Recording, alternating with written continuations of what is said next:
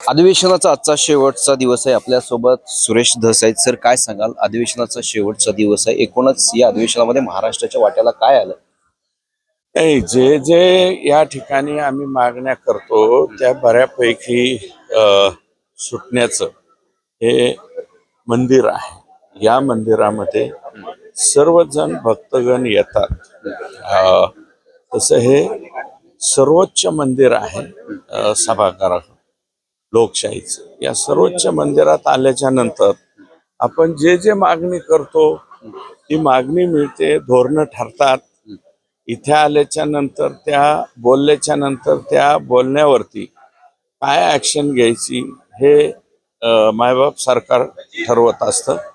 साधारणतः संपूर्ण राज्याच्या वेगवेगळ्या कोपऱ्यामध्ये काय प्रश्न आहे आणि ते प्रश्न तिथल्या भागातले म्हणजे विधानसभा सदस्य जे मांडतात त्याच्यावरती, कारण इथं बोलणारा प्रत्येक शब्द हा टिपून घेतलेला असतो, लिहून घेतलेला असतो आणि त्याच्यावरती कारवाई त्या ठिकाणी होत असते. या अधिवेशनामध्ये विरोधकाचं असं मत आहे, मराठवाडा आणि विदर्भाच्या वाट्याला काय मिळालं नाही, विदर्भ आणि मराठवाड्यावर अन्याय झाला असं विरोधकाचं मत आहे. ते तर तेवढंच बोलणार ना. विरोधी पक्ष दिसलाय कुठं या अधिवेशनामध्ये? कोणता प्रभावी मुद्दा त्यांनी मांडलाय का? कुणी मांडलाय? पायऱ्यावरती तरी विरोधी पक्ष दिसलाय का?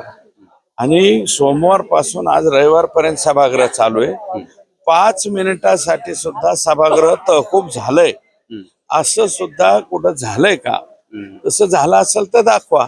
प्रभावीपणे आपली बाजू म्हणजे तसा विरोधी पक्ष हा प्रभावीपणे कुठलीही बाजू मांडू शकलेला नाही.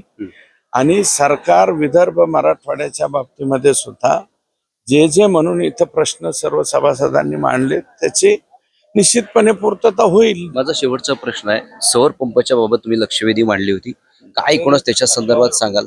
एक काय आहे की मुख्यमंत्री सौर कृषी पंप योजना ही मागच्या सरकारमध्ये देवेंद्रजींकडेच हे खातं होतं आणि त्यांनी आणि मुख्यमंत्री महोदय तत्कालीन आत्ताचे उपमुख्यमंत्री त्यावेळेचे मुख्यमंत्री एकनाथ शिंदे साहेब या दोघांच्या सरकारच्या कालावधीत मुख्यमंत्री सौर कृषी पंप योजना आणली.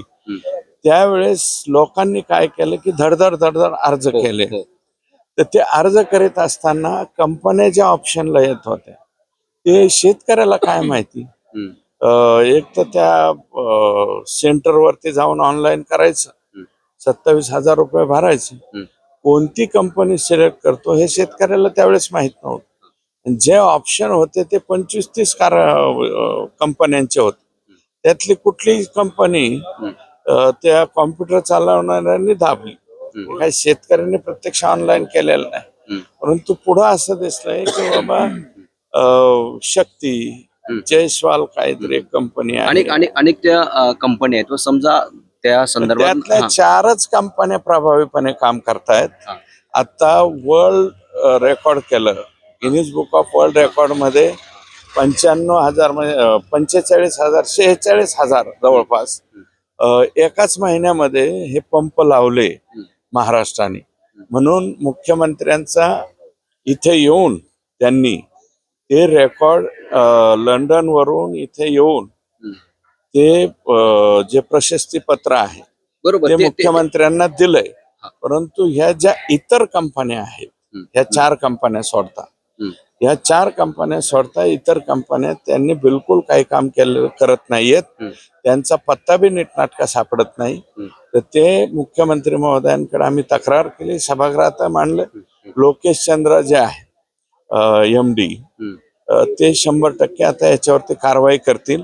आणि शेतकऱ्यांना आपण आता आमच्या बीड जिल्ह्यातल्या अनेक शेतकऱ्यांनी कंपनी बदलासाठी अर्ज दिलेले, तो प्रस्ताव हा महावितरणकडे आलेला आहे. ते त्याच्यावरती कारवाई. धन्यवाद तुम्ही आमची संवाद साधल्याबद्दल. हे होते भारतीय जनता पार्टीचे आमदार सुरेश धस. मी गुणवंत दांगड, DRV न्यूज, नागपूर.